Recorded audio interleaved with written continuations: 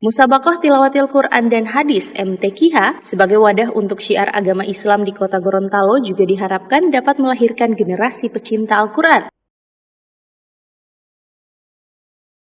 Upaya pemerintah Kota Gorontalo dalam pengembangan syiar agama Islam terus digiatkan melalui pelaksanaan kegiatan belajar baca tulis Al-Quran yang ada di masing-masing TPA dan TPQ.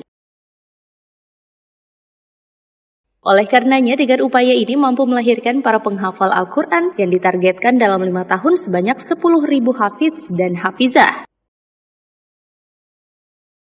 Melalui pelaksanaan MTQH di tahun 2020 ini menjadi momentum bagi masyarakat khususnya yang ada di Kecamatan Kota Timur untuk lebih meningkatkan kecintaan terhadap kitab suci Al-Quran dengan memahami dan memaknai isi kandungan Al-Quran serta mampu diterapkan dalam kehidupan.